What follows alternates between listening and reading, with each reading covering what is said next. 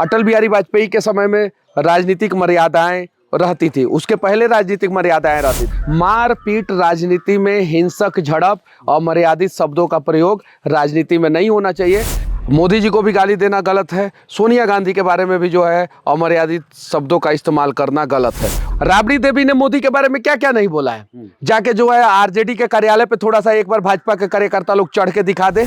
पिछले 20 साल में सबसे ज्यादा लाठी जो है वो पटना की सड़कों पे चला है, आप उठा के देख लीजिए।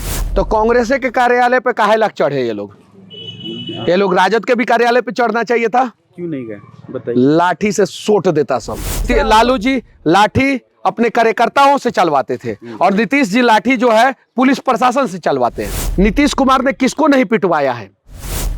बीजेपी के लोगों को नहीं पिटवाया। इतना मार पिटवाया था नीतीश कुमार जी ने बीजेपी के लोगों को कि बीजेपी का एक कार्यकर्ता जो है मर गए थे। प्रशांत किशोर जी की लोकप्रियता सीएम के रेस में जो है दूसरे नंबर पे है, 22% तक प्रशांत किशोर जी पहुंच गए। नेशनल न्यूज चैनल का मैं डेटा बता रहा हूं। दो राष्ट्रीय पार्टियों के कार्यकर्ताओं के बीच आज हिंसक झड़प हुआ, जिसको लेके आज मनीष कश्यप से चर्चा करेंगे। क्या कहिएगा इस? देखिए, पटना में कांग्रेस और बीजेपी के कार्यकर्ता आपस में लाठी लेके जो है और उस लाठी में जो है पार्टी का झंडा लगा के जो है हिंसक झड़प की है। कहीं नहीं तो कहीं ये गलत है। और ये हिंसक झड़प का जो कारण है वो दरभंगा में ऐसा सुनने में आ रहा है कि कांग्रेस का कोई कार्यकर्ता या आरजेडी का कोई कार्यकर्ता जो है वो मोदी जी को गाली दे दिया है। अब किस पार्टी का कार्यकर्ता है उसका जस्टिफिकेशन जो है अभी तक 100% नहीं हो पाया है। हालांकि कुछ जगहों पे बताया जा रहा है कि वो कांग्रेस का कार्यकर्ता था और मंच पे चढ़ के जो है उसने गाली दे दिया और उसके बाद से जो है पटना का, बिहार का राजधानी पटना जो है वो दो पार्टियों के कार्यकर्ताओं के बीच अखाड़ा बन गया।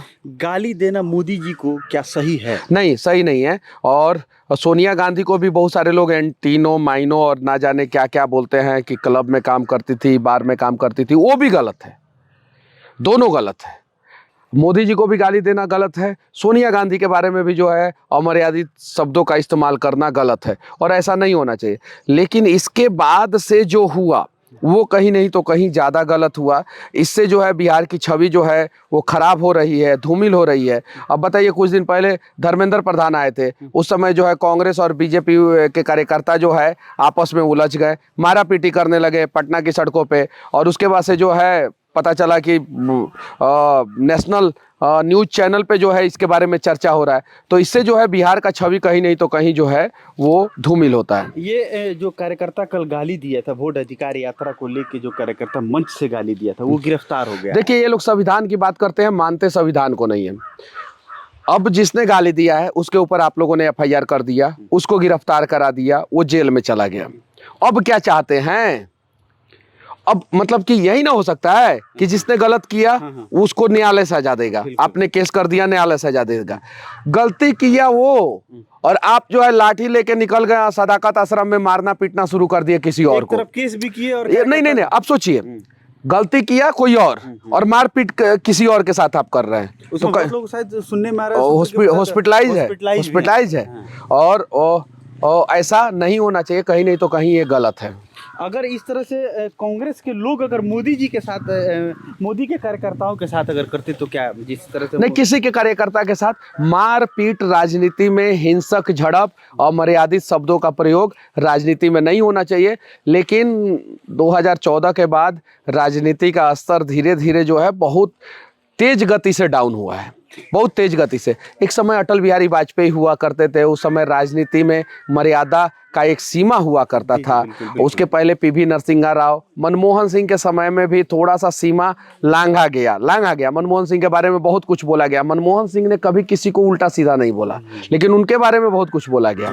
अटल बिहारी वाजपेयी के समय में राजनीतिक मर्यादाएं रहती थी, उसके पहले राजनीतिक मर्यादाएं रहती थी। लेकिन 2014 के बाद से जब ये WhatsApp university, Facebook, social media, ये सारी चीज़ें आई तो राजनीतिक मर्यादाओं के सीमा को जो है लांघा गया, बार बार इसे तार तार किया गया। और वर्तमान समय में सबसे ज़्यादा बदनाम जो है बिहार का हो रहा है। आप बताइए, बिहारी मजदूर को जो है बाहर कोई पीट देता है, कोई राजनीतिक पार्टियां जो है सड़क पे नहीं उतरती है।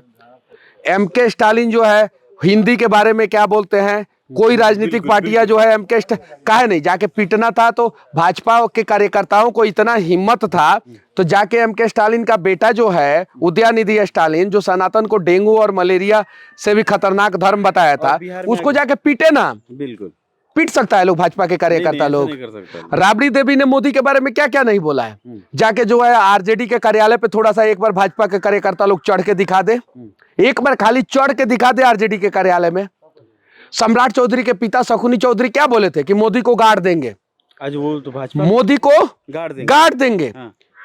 इतना गंदा शब्द बोले थे सम्राट चौधरी के पिता। क्या भाजपा के कार्यकर्ताओं को हिम्मत हुआ लाठी लेके जो है सम्राट चौधरी के पिता को पीटने की? नहीं, बिल्कुल नहीं हुआ। गाली दिया दरभंगा में कोई और, मारपीट कर रहे हैं आप पटना में। अरे यार मारपीट करना है तो कम से कम दरभंगा में तो जाके मारपीट कीजिए, आप पटना में मारपीट कर रहे हैं क्यों? क्योंकि मुद्दा इन लोगों के पास नहीं है। विकास के नाम पे जो है ये लोग चर्चा नहीं करते हैं। बिहार में जो है स्वास्थ्य व्यवस्था पे चर्चा नहीं करते हैं, शिक्षा पे चर्चा नहीं करते हैं, पलायन पे चर्चा नहीं करते हैं। इसलिए 1990 से लेके 2005 तक जो राजद करता था, बात बात में जो है गांधी मैदान में तेल पियावन लाठी भजावन रैली करता था, वैसे ही भारतीय जनता पार्टी जो है अब जो है वैसा काम करवाना चाहती है अपने कार्यकर्ताओं से कि ये लो लाठी ऊपर झंडा लगा लो और जाके सदाकत आश्रम में जाके मारपीट करो। ये गलत है और ऐसा नहीं होना चाहिए। मान लीजिए कि सदाकत आश्रम में जो है उस समय जो है कांग्रेसी कमजोर है, बिहार में पूरे बिहार में कांग्रेसी कमजोर है, जाके आप उसके कार्यालय पे चढ़ के मारपीट कर दिए। काहे नहीं एम के स्टालिन के कार्यालय पे चढ़ के मारपीट किए? काहे नहीं किए? काहे नहीं आपने जो है तेलंगाना में जो है रेवंत रेड्डी के खिलाफ आपने कुछ किया? रेवंत रेड्डी बोला था ना कि Telangana DNA is far better than Bihari DNA. इससे घटिया वर्ड बिहार के लिए कुछ हो सकता है क्या? उस समय भारतीय जनता पार्टी के कार्यकर्ताओं को जाना चाहिए, रेवंत रेड्डी को पकड़ के पीटना चाहिए। वही रेवंत रेड्डी बिहार में आके हाथ हिला के चला गया, उसका कोई विरोध नहीं। तो ये लोग जो है मुद्दा से जो है लोगों को भटकाना चाहते हैं, इसलिए ऐसा कर रहे हैं। दो चीजें, और इन लोगों को डर है जनसुराज से। किससे? जनसुराज से। जनसुराज से कैसे? इसलिए कि जनसुराज का जैसे जैसे ग्राफ बढ़ रहा है, जैसे जैसे ग्राफ बढ़ रहा है, नेशनल न्यूज चैनल ने 11% वोट शेयर जनसुराज का दिखाया है वर्तमान समय में। हालांकि उससे ज्यादा वोट शेयर है, लेकिन 11% तक नेशनल न्यूज चैनल खुद पहुंचा दिया है। अभी चुनाव में जो है 60-65 दिन बाकी है, ये धीरे धीरे बढ़ेगा।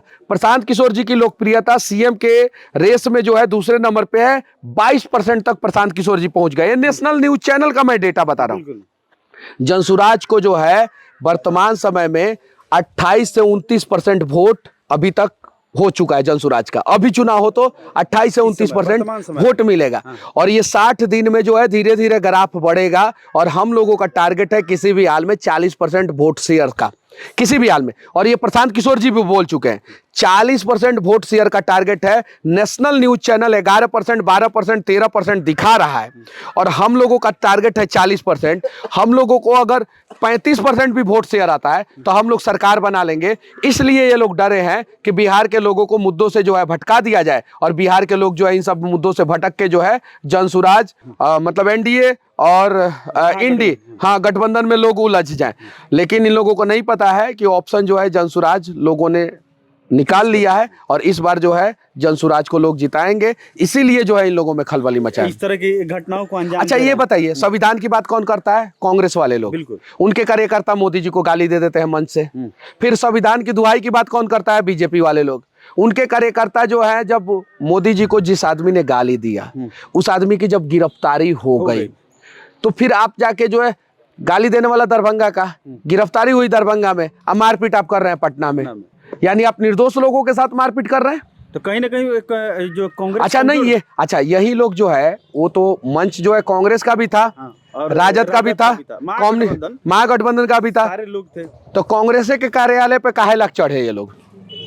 ये लोग राजद के भी कार्यालय पे चढ़ना चाहिए था, क्यों नहीं गए बताइए? लाठी से सोट देता सब राजद के कार्यकर्ता। हाँ नहीं चढ़े, इसीलिए कांग्रेस पे चढ़े, काहे कि कांग्रेस बिहार में कमजोर है।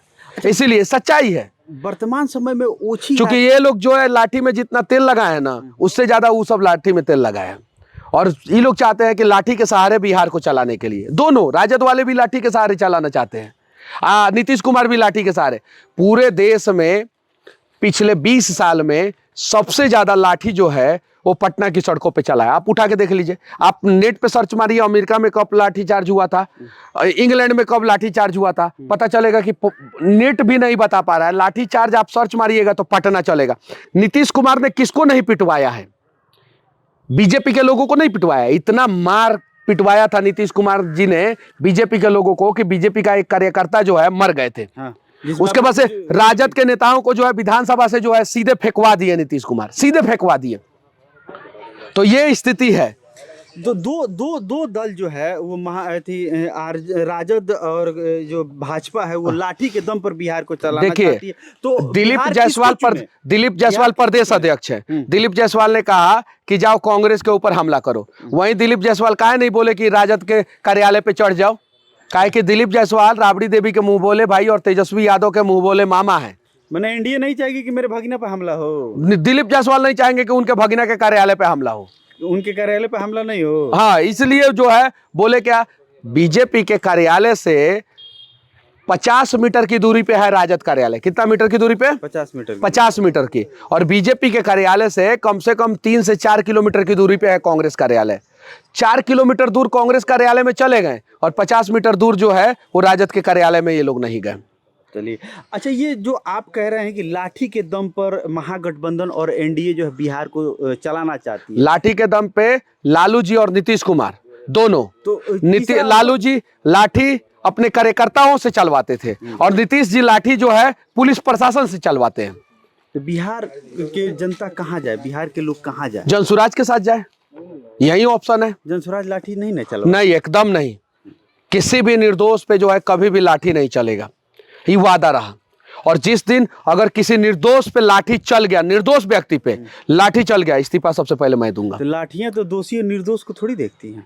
कैसे नहीं देखता है? आपको लाठी से कोई मार रहा है क्या? नहीं मार रहा, लेकिन कोई अपराध करेगा तो उस पे लाठियां चलेंगी। अपराध जो करेगा उस पे तो चलेगा, लेकिन निर्दोष आदमी पे कभी भी लाठी नहीं चलेगा। तो अगर निर्दोष आदमी पे कभी भी लाठी चला तो हम लोग उसका विरोध करेंगे, ये वादा करते हैं, नहीं चलेगा। लोकतंत्र का मतलब होता है लोकतंत्र। यहाँ पे लोगों को जो है अधिकार दिया जाता है, विरोध भी लोग कर सकते हैं, सड़कों पे भी उतर सकते हैं, लेकिन बेवजह लाठी किसी के ऊपर नहीं चलना चाहिए। चलिए, बाकी इनके बातों से आप कितने सहमत हैं कमेंट करके जरूर बता दीजिएगा और वीडियो को शेयर कर दीजिएगा।